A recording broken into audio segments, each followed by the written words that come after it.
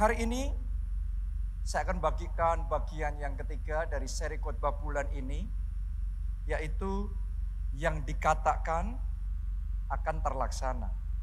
Berapa banyak dari saudara percaya apapun yang dikatakan oleh Tuhan akan terlaksana? Dalam hidup saudara, dalam keluarga saudara, untuk masa depan saudara, apapun firman Tuhan yang perkatakan sama saudara akan terlaksana. Amin. Dan firman Tuhan hari ini saya beri judul, tidak satupun firman-Nya gugur. Mari kita baca di dalam 1 Samuel 3 ayatnya yang ke-19. Dan Samuel makin besar dan Tuhan menyertai dia dan tidak ada satupun dari firman-Nya itu yang dibiarkannya gugur. Jadi ini yang terjadi dalam hidup Samuel. Apapun firman yang dia terima dari Tuhan, itu pasti terjadi. Dan setiap pesan profetik, pesan nubuatan yang dia sampaikan kepada umat Tuhan, semua perkataan yang keluar dari mulutnya, semuanya pasti terjadi. Sejak dia masih kecil, dia belum tahu apa-apa, tapi kemudian firman Tuhan datang kepada dia, Tuhan menampakkan diri kepada dia, Tuhan berfirman kepada dia bahwa Imam Eli dan keluarganya karena dosa dan pelanggaran mereka akan terima hukuman. Persis seperti itu yang terjadi. Hofni dan Pinehas, anak-anak Imam Eli mati di medan perang. Dan ketika Imam Eli mendengar kabar itu pun dia juga mati juga.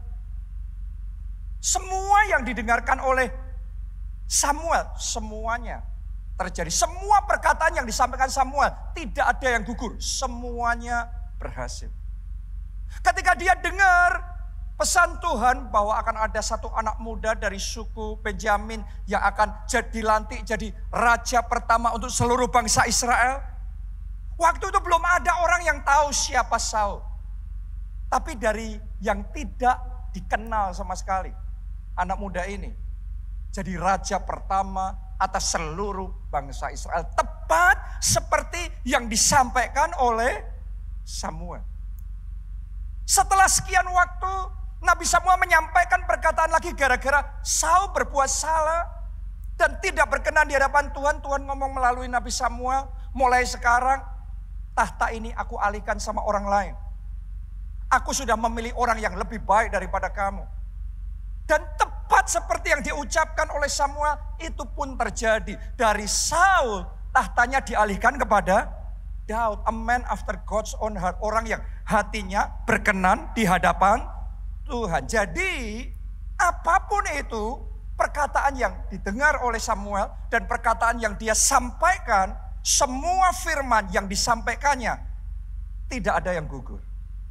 Saya berdoa yang dialami oleh Samuel ini kita juga alami. Saudara juga alami. Setiap rema, setiap janji Tuhan, setiap perkataan Tuhan yang diperkatakan di dalam hidup saudara, semuanya terjadi. Amin. Karena firman itu seperti benih yang penuh potensi. Tahukah saudara, di dalam firman kalau diperkatakan dengan benar, firman itu siap melahirkan mujizat. Firman juga siap mendatangkan kesembuhan. Anda boleh baca di Alkitab, Yesus dengan sepatah kata, jadilah sembuh. Maka orang yang sakit disembuhkan.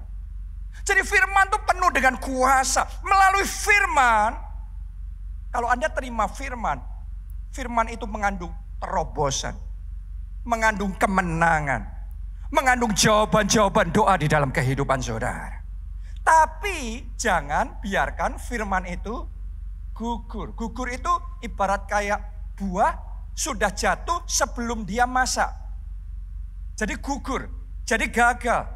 Saya berdoa sekali lagi di dalam nama Tuhan Yesus, tidak ada satupun janji Tuhan yang gugur. Dalam hidupmu, dalam keluargamu, tidak ada satupun visi yang Tuhan taruh di dalam hati saudara yang tidak tergenapi. Doa saya, semua visi yang dari Tuhan dalam hati saudara tergenapi, terjadi, jadi realita di dalam hidup saudara. Karena itu kita akan belajar hari ini bagaimana supaya firman Tuhan tidak gugur. Bagaimana supaya setiap visi Tuhan, setiap rema dari Tuhan, setiap firman yang diperkatakan dalam hidup kita, semuanya bisa tergenapi, semuanya bisa terjadi. Siapa yang mau mengalami seperti itu? Ini seperti Samuel ya, tidak satu pun firmannya gugur. Karena itu kita belajar 5 penyebab firman bisa menjadi gugur. Dan apa yang harus kita lakukan supaya firman itu tidak gugur, bahkan firman itu berhasil. Karena minggu lalu kita sudah belajar bahwa setiap firman yang keluar dari mulut Tuhan tidak akan kembali dengan sia-sia, tetapi akan berhasil. Oke, firman itu penuh dengan kuasa. Ya, kita akan belajar 5 penyebab firman menjadi gugur dan gimana kita bisa memastikan supaya dalam hidup kita firman itu berhasil. Kita mulai yang nomor 1. Kalau kita tidak mau firman itu gugur, jangan dibiarkan. Penyebab firman gugur karena dibiarkan. Ditulis di ayat tadi yang kita baca, tidak ada satupun dari firmannya itu yang dibiarkannya gugur. Jadi bisa gugur karena dibiarkan. Kalau tidak dibiarkan, kalau kita pastikan, kita usahakan, maka firman yang sama akan terjadi. Tahukah saudara, tidak ada yang lebih merusak daripada pembiaran. Cara merusak taman gak usah Anda rusak. Anda biarin taman yang cantik. Apa yang terjadi? Sebulan lewat, 2 bulan lewat, sekian bulan lewat, taman yang cantik rusak. Benar gak? Rumah yang megah, Anda biarin aja deh, gak usah dirusak. Nanti Anda datang 2-3 tahun lagi, rusak semua tuh. Mobil yang mahal, gimana caranya merusak? Gak usah dipanasin, gak usah dirawat, biarin aja. Akhirnya mobil yang mewah, yang bagus pun akan rusak. Semua yang dibiarkan akan bisa jadi rusak. Demikian juga dengan firman. Kalau Anda terima firman Tuhan hari ini, Anda duduk dan mendengarkan firman Tuhan diperkatakan atas hidup saudara, dan Anda cuma membiarkan. Berapa banyak orang mengalami dalam hidupnya setiap firman kayaknya gugur. Gak ada yang manjur, gak ada yang jadi. Orang lain ngalami kuasa Tuhan. Orang lain punya kesaksian, ada mujizat dan keajaiban terjadi dalam hidupnya. Tapi kok kita gak pernah ngalami ya. Gak ada yang jadi dalam kehidupan kita. Saya mau ngomong sama saudara, kalau firmannya sama, tapi dibiarkan, akhirnya gugur. Dalam hidup Samuel tidak ada satupun firmannya dibiarkan gugur. Mulai hari ini, indahkan firman Tuhan. Jangan cuekkan firman Tuhan. Perlakukan firman Tuhan dengan benar sehingga itu jadi. Mari kita melihat caranya Musa memperlakukan firman Tuhan. Sehingga dalam hidup Musa pun setiap perkataan firman Tuhan jadi. Jadi kita baca Ulangan 32 ayat 45 sampai 47. Setelah Musa selesai menyampaikan segala perkataan itu. Ini firman Tuhan, pesan yang dia terima dari Tuhan disampaikan kepada bangsa Israel, kepada seluruh orang Israel, ayat 46. Berkatalah ia kepada mereka. Lihat ini saudaraku. Ini Musa sedang mengimpartasikan caranya supaya firman itu berhasil, gak gugur. Apa yang Musa katakan? Perhatikanlah segala perkataan yang kuperingatkan kepadamu pada hari ini. Jadi firman jangan dibiarkan. Firman harus kita perhatikan. Semuanya katakan perhatikan firman. Lebih keras lagi katakan saya mau perhatikan firman. Terus lanjutkan. Musa ngomong gini, supaya kamu apa? Memerintahkannya, memperkatakannya, mengajarkannya, menularkannya, menceritakannya kepada anak-anakmu. Untuk apa? Melakukan, bukan cuma melakukan biasa loh, melakukan dengan setia segala perkataan hukum Taurat ini. Ini caranya Musa memperlakukan firman Tuhan. Jadi kalau dia terima firman Tuhan, gak dicuekin, setelah itu lupa, dengar khotbah, pas ibadah 1,5 jam, selesai ibadah pulang, terus gak inget lagi. Berapa banyak orang yang firman gugur, mujizatnya gugur, jawaban doanya gugur. Kenapa? Karena belum belajar mengindahkan firman. Firmannya sama, remanya sama, tapi treatmentnya beda, hasilnya beda. Lanjutkan pembacaan tadi, ayat 47. Sebab perkataan ini, firman ini, bukanlah perkataan hampa bagimu, tetapi itulah hidupmu. Itulah hidupmu. Dan dengan perkataan ini akan lanjut umurmu. Di tanah kemana kamu pergi, menyeberangi sungai Yordan untuk mendudukinya. Coba Anda renungkan, gimana sikapnya Musa terhadap firman. Buat Musa, firman itu bukan perkataan hampa. Saya mau tanya sama saudara, kalau Anda dengar khotbah seperti ini, apa yang gimana sikap hati saudara, perspektif saudara terhadap firman Tuhan? Sebagian orang berpikir perkataannya cuma khotbah, biar cepat, setengah jam selesai, sejam selesai. Perkataan hampa, nothing. Karena itu firman itu menjadi gugur. Tapi Musa kenapa firman selalu berhasil? Sederhana, karena itu firman yang sama, khotbah yang sama itu bagiku bukan perkataan hampa, tapi itulah hidupku. Dengan perkataan itu aku lanjut usia, aku sehat, aku sembuh, aku panjang umur, aku damai sejahtera, sukacita, aku menang, aku sehat. Amin. Perkataan buat Musa, perkataan firman Tuhan, itulah hidupku, itulah masa depanku, itulah kemenanganku. Musa tahu bagaimana memperlakukan firman Tuhan. Karena itu setiap firman yang dia terima, dia perlakukan dengan benar dan semuanya terjadi. Mulai hari ini setiap firman yang diperkatakan atas hidup saudara tidak satu pun gagal. Firman kesembuhan terjadi. Firman masa depan gilang gemilang terjadi. Firman keberhasilan, kesuksesan terjadi. Amin. Di gereja kita kenal dengan yang namanya 4D. Ini cara treatment firman Tuhan. 4D itu, D yang pertama dicatat, D yang kedua direnungkan, D yang ketiga diceritakan, D yang keempat dilakukan. Jadi mulai hari ini khotbahnya sama, firmannya sama, tapi belajar treatmentnya yang berbeda. Anda akan melihat kuasanya yang berbeda dimanifestasikan di dalam kehidupan saudara. Dan saya belajar praktekkan ini dalam kehidupan saya.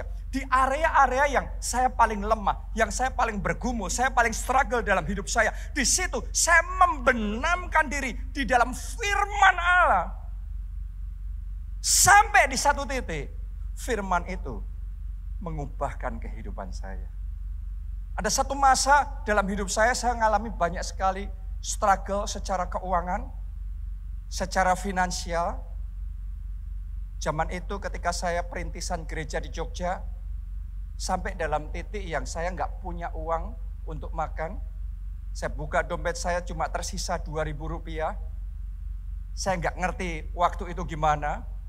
Tapi puji Tuhan, Tuhan selalu punya cara untuk memelihara. Tuhan kirimkan orang ngajak makan, saya makan malam hari itu. Saya tahu itu pemeliharaan Tuhan. Saya juga pernah ngalami momen di mana nggak bisa bayar listrik rumah, dikasih warning berulang kali sampai dicabut semua instalasi listriknya. Ngalami itu juga di rumah kalau malam pakai lilin aja. Ya, saya juga pernah ngalami di mana untuk makan harus ngirit-ngirit sekali. Waktu di Jogja waktu itu.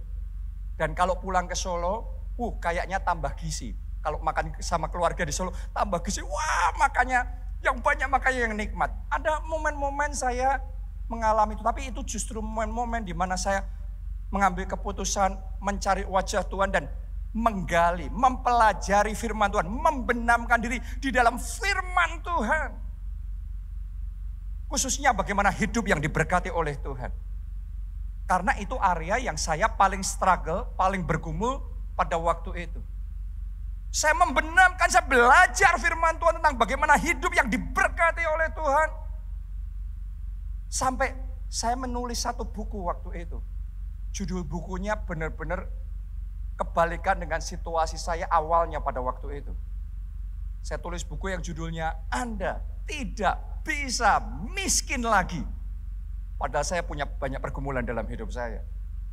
Tapi saya mau ngomong sama saudara, firman itu tidak harus cocok dengan keadaan awalnya.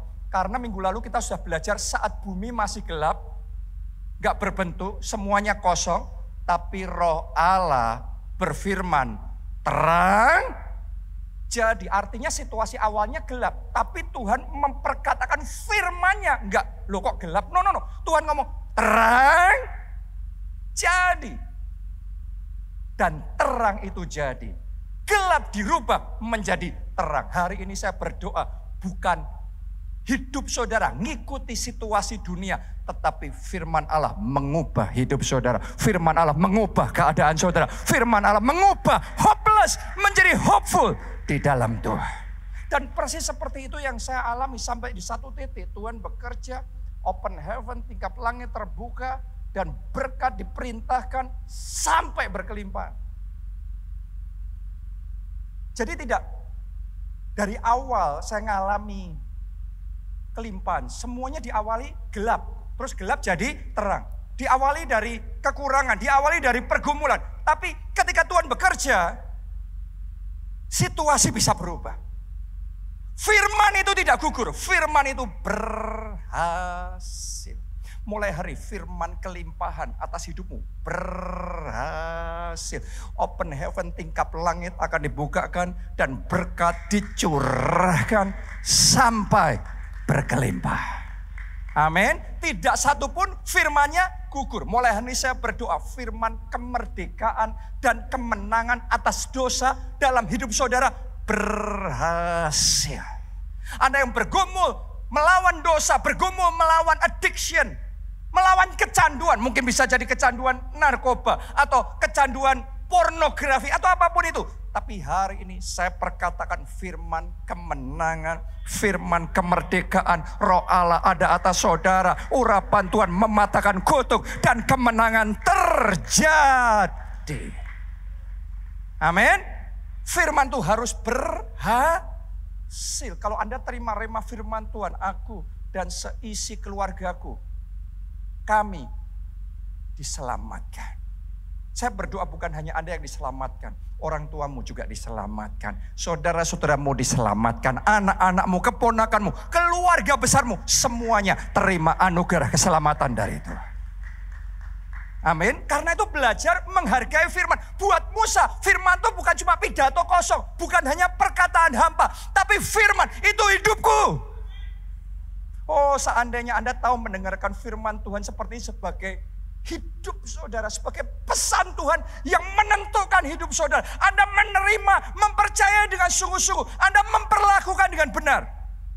Mulai hari ini seperti Musa, seperti Samuel, tidak satupun firman-Nya gugur. Semuanya berhasil. Haleluya. Yang kedua, penyebab kenapa firman bisa gugur adalah karena iman yang memudar. Jadi kalau kita mau sebuah visi dari Tuhan, rema dari Tuhan itu terjadi dalam hidup kita, jaga iman saudara.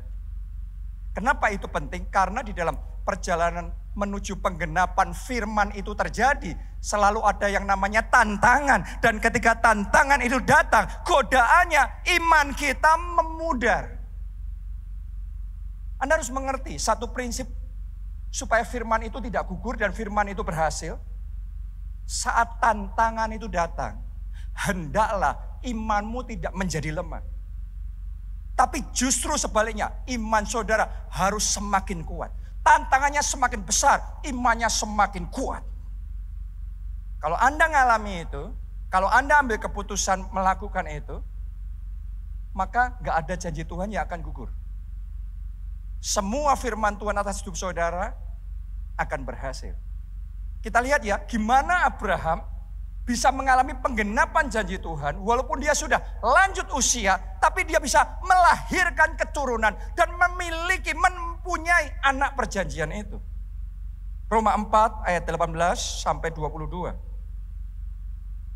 Sebab sekalipun tidak ada dasar untuk berharap, dan gak ada dasar nih.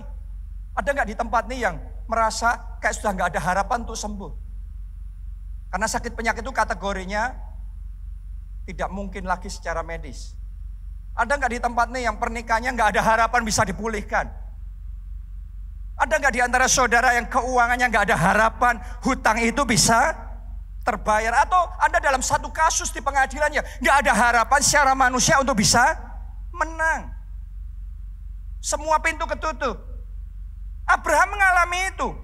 Tapi begini ditulis, sebab sekalipun tidak ada dasar untuk berharap, namun Abraham berharap juga dan percaya. Doa saya jemaat keluarga Allah di sini, Anda juga yang mengikuti secara online, doa saya tantangannya boleh terjadi, tapi imannya tetap kokoh. Anda tetap berharap, Anda terus percaya kepada Tuhan.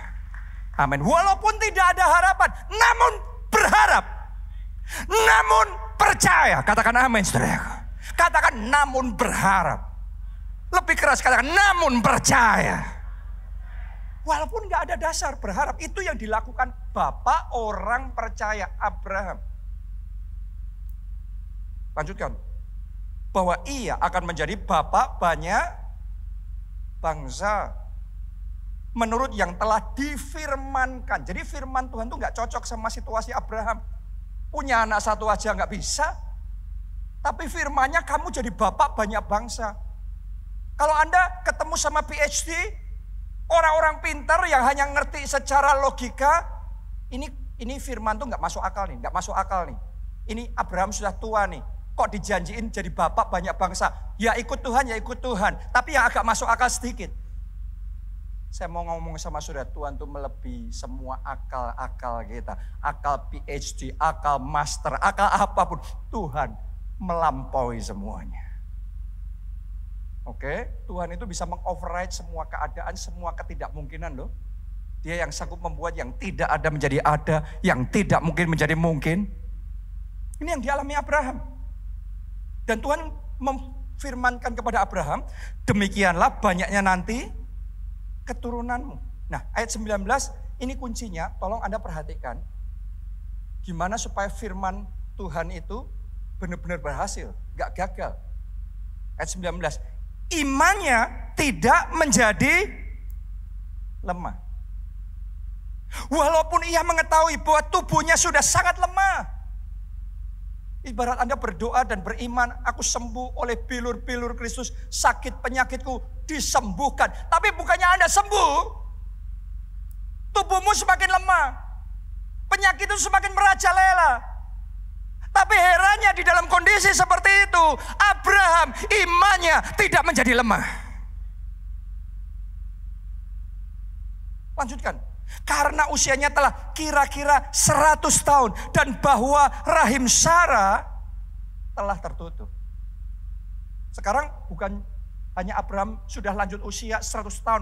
Istrinya rahimnya sudah tertutup. Artinya semua pintu tertutup. Mungkin itu keadaan saudara sekarang. Anda berusaha ini. Anda tadinya berpikir mungkin masih ada jalan itu. Jalan yang sana dan sini. Tapi semua jalan sekarang sudah Anda coba. Tapi semuanya tertutup. Itu exactly yang dialami oleh Abraham pada waktu itu. Ayat 20. Lihat ini.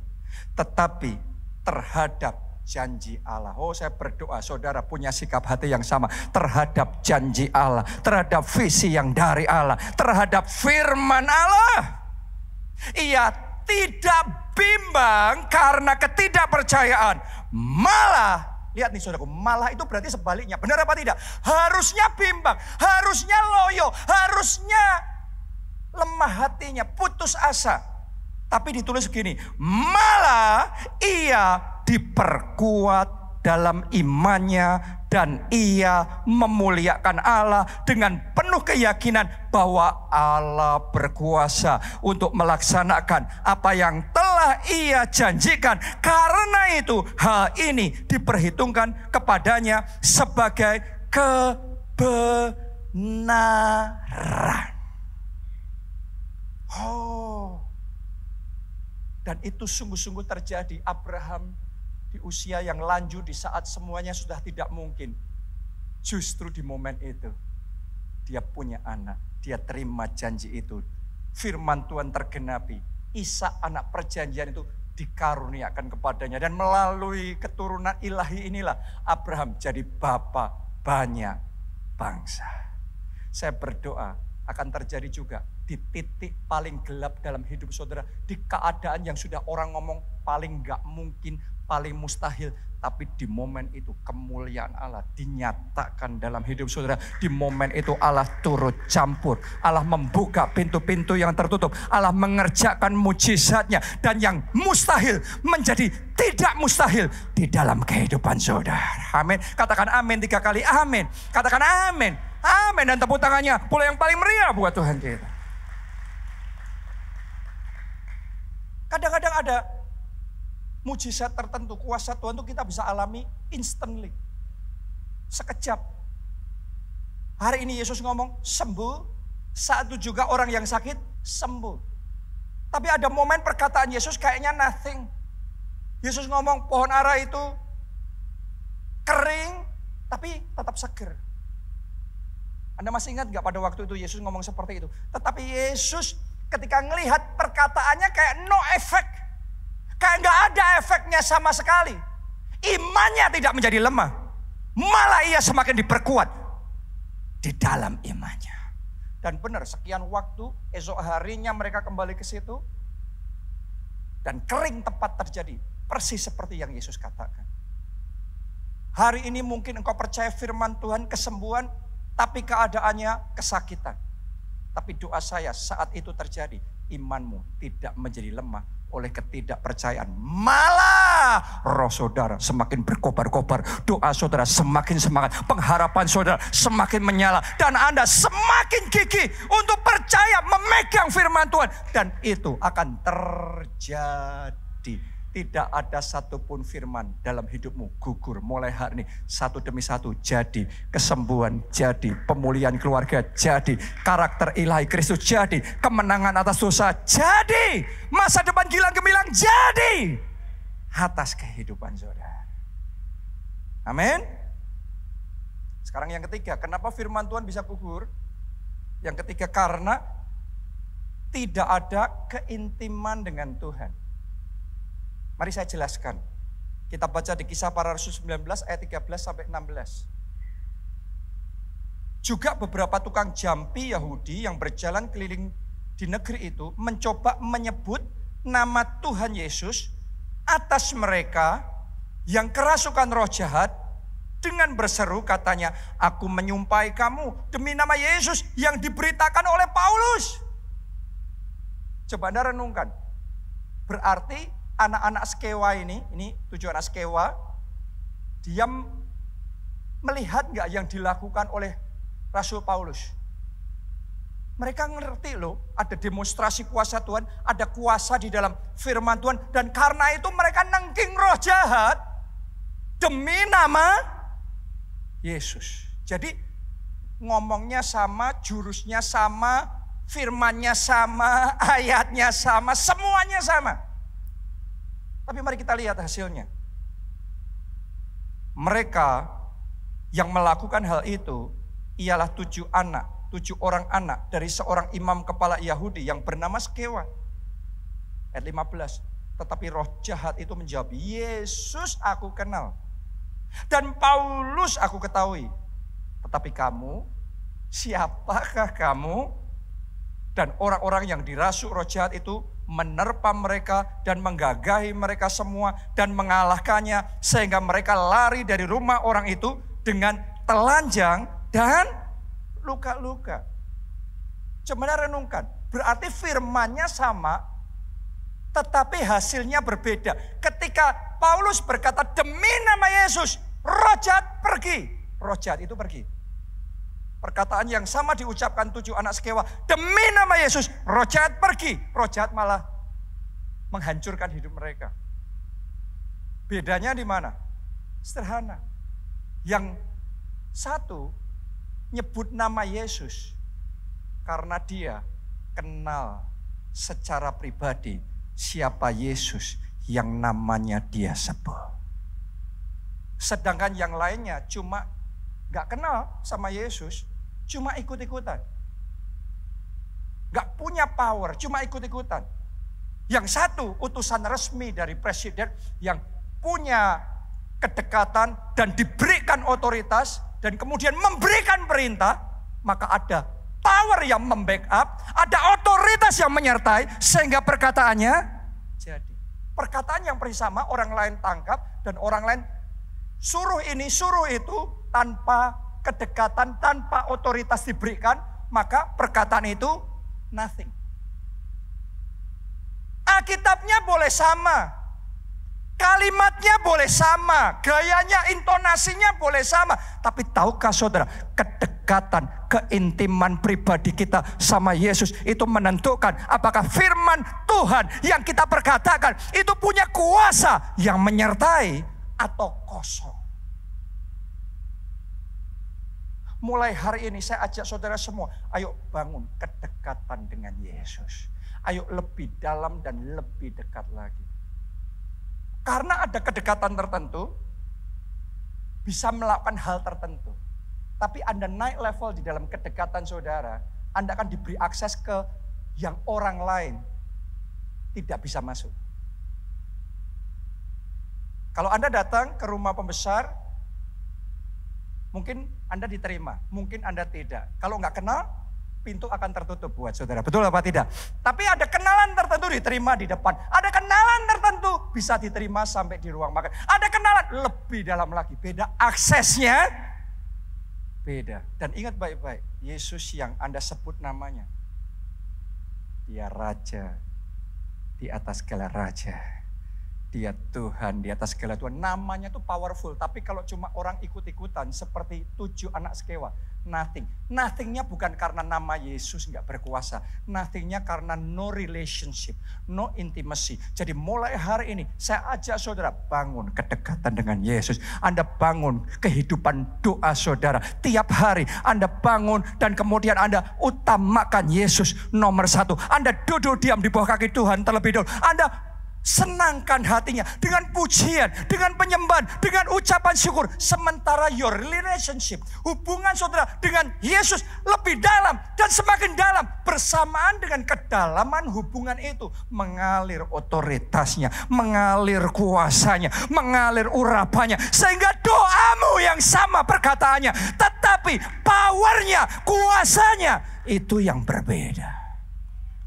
Kasih tepuk tangan mulai yang paling meriah buat Tuhan. Haleluya. Jadi mulai hari ini, ayo belajar ya. Saya dulu saudaraku kuliah sekolah Alkitab di Amerika, itu studi khusus tentang church growth, tentang pertumbuhan gereja.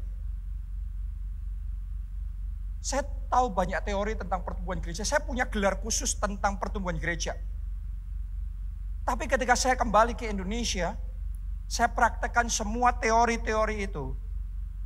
Nol besar. Teorinya tahu, teorinya nggak salah, teorinya benar. Tapi nggak ada powernya, nothing. Tapi sementara saya mulai belajar duduk diam di bawah kaki Tuhan. Saya mulai mendekat sama Tuhan di bawah, di dalam keintiman, di level yang lebih dalam dan semakin dalam. Jurusnya nggak berubah, sama. Tapi sekarang jurus yang sama, teori yang sama, firman yang sama, tiba-tiba menjadi hidup. Dan tiba-tiba bermanifestasi. Dan tiba-tiba semuanya jadi sendiri. Anda buktikan omongan saya nih. Anda coba pelajari hamba-hamba Tuhan yang dipakai Tuhan luar biasa. Ngajarinya nggak beda sama pendeta-pendeta biasa. Khotbahnya sebenarnya sama. Tapi bedanya di powernya, di otoritasnya, di urapannya. Kenapa? Karena itu bukan sekedar kata-kata. Itu bicara relationship, real relationship. Hubungan yang nyata, yang real dengan Tuhan. You have it or you don't have it. Jadi mulai hari ini, saya ajak saudara, sementara kita akan menyelesaikan tahun 2024 ini. Rugi kalau Anda menyelesaikan tahun ini, hubungan saudara jauh dari Tuhan. Mulai hari ini saya ajak saudara, ayo datang mendekat sama Tuhan. Ayo masuk lebih dalam, ngomong sama Tuhan, bawa aku lebih dalam, lebih dekat, lebih intim, lebih karib. Roh Kudus penuhi aku lebih lagi, more of you, less of me. Karena kalau Anda sampai di titik itu, day by day, Anda akan growing di dalam kuasa dan otoritas Tuhan. Gak seperti 7 anak sekewa yang ngomong tapi no power. Tapi sekarang perkataan saudara penuh dengan kuasa. Mulai hari ini saya berdoa, doamu penuh kuasa. Deklarasi profetikmu penuh kuasa. Tindakan imanmu penuh dengan kuasa. Sehingga ada mujizat-mujizat besar terjadi dalam hidup saudara. Amin. Yang keempat, penyebab firman jadi gugur karena kekhawatiran dan tipu daya kekayaan. Seperti tanah yang berbatu-batu, perumpamaan yang Yesus ceritakan, ada benih kalau jatuhnya ke tanah yang berbatu-batu, itu bicara tentang orang yang kekhawatiran dan tipu daya kekayaan nih, akhirnya, yang semak duri ya, yang semak duri, akhirnya dihimpit semak duri itu dan benih itu mati. Oke, jadi sebenarnya kekhawatiran itu menyebabkan firman menjadi gugur. Contohnya Petrus. Waktu dia mendengar perkataan Yesus, oke, kamu turun dari perahu, melompat berjalan di atas air. Itu firman dipegang Petrus dan Petrus melompat dari air, kuasa Tuhan bekerja dan benar-benar Alkitab mencatat Petrus berjalan di atas air. Jadi kalau Anda percaya dan tangkap perkataan Yesus, saya yakin firman-Nya pasti akan terjadi. Tapi setelah itu sesaat kemudian walaupun dia sedang mengalami mujizat. Nah kadang-kadang hati-hati. Anda sudah mengalami mujizat, Anda sudah mengalami kebesaran Tuhan pun. Anda sudah pernah mengecap kuasa Tuhan dalam hidup saudara. Tetapi kadang-kadang hati manusia itu kalau nggak dijaga bisa belok. Terus lebih ngelihat situasi, kondisinya dibandingkan firman-Nya. Petrus lagi berjalan di atas air loh. Sudah bisa nih, sudah terjadi. Tapi dia mulai ngelihat. Ombaknya kok besar banget.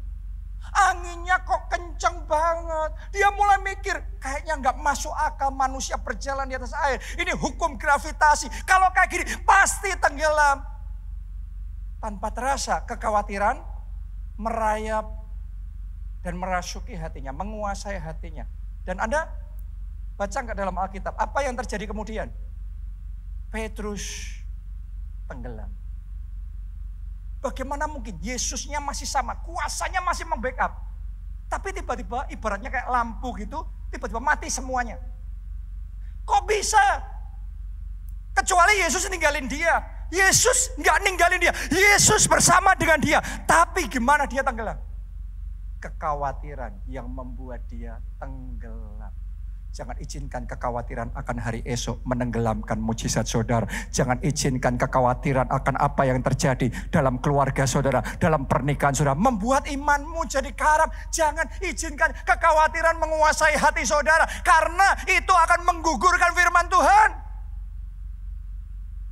Mulai hari ini saya berdoa semua kekhawatiran dalam hatimu dilenyapkan dalam nama Yesus. Semua ketakutan-ketakutan yang ada disingkirkan dalam nama Yesus. Mulai hari ini saya berdoa yang bangkit adalah kepercayaan. Yang bangkit adalah keyakinan. Yang bangkit adalah keteguhan di dalam Yesus.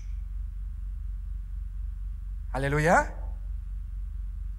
Yang terakhir, yang kelima.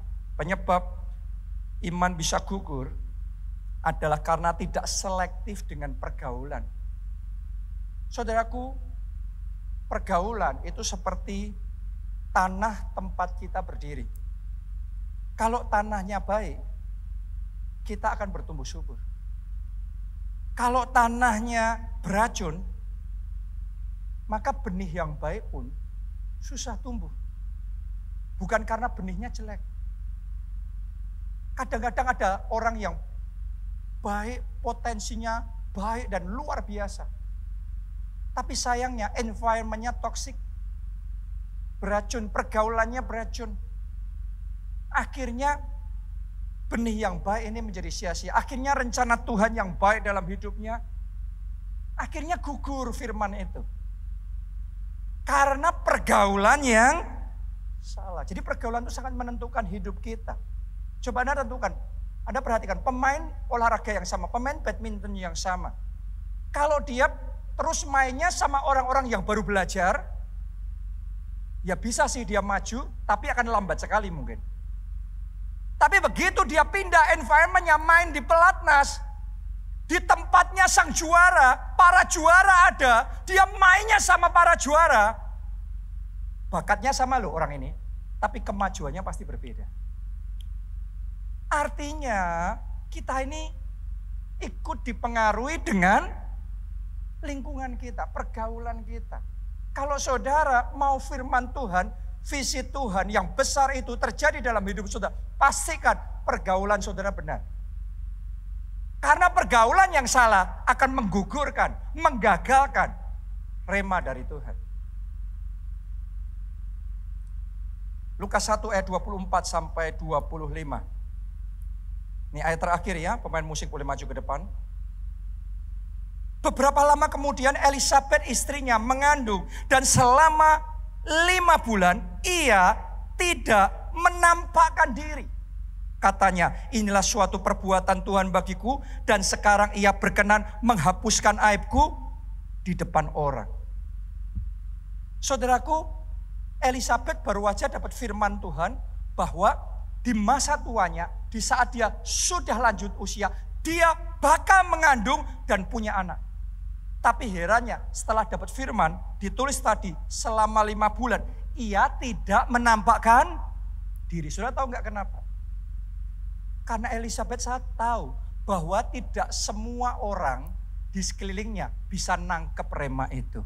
Tidak semua orang di sekelilingnya bisa ngerti, bisa percaya bahwa nenek tua seperti dia di masa tuanya bisa mengandung dan melahirkan anak. Dan kalau dia bicara sama orang yang salah, bukannya mendukung dan menguatkan, perkataannya akan melemahkan. Mana mungkin, kamu mimpi, kamu gak usah kayak mulu-mulu kayak gimana, jangan fanatik-fanatik seperti itu.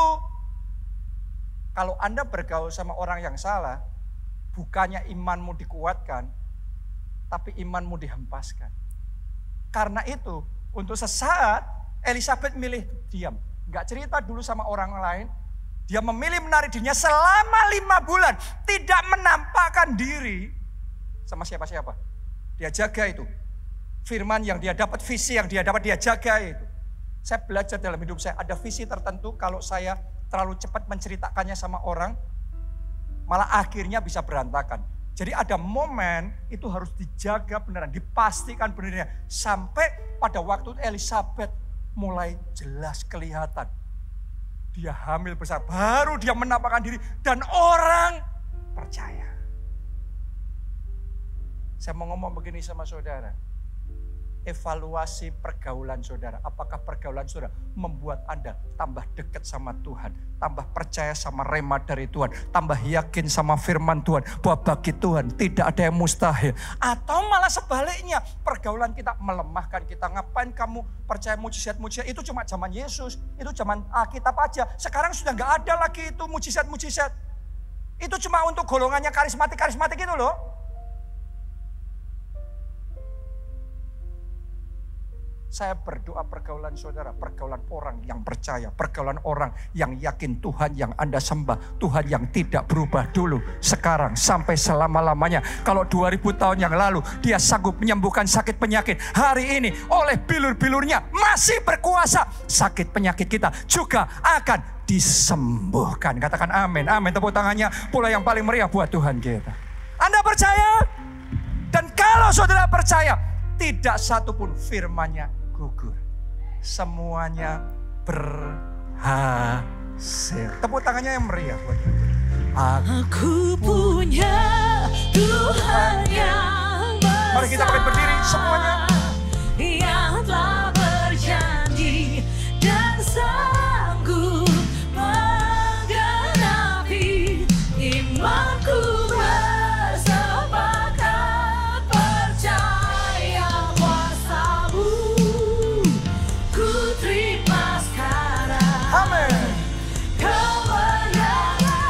Percaya, kita angkat dua tangan kita, katakan bersama-sama. Aku punya Tuhan yang besar, yang telah berjanji dan sanggup menggenapi imanku. Bersepakat percaya kuasa-Mu, ku terima sekarang kemenangan dan sekali lagi aku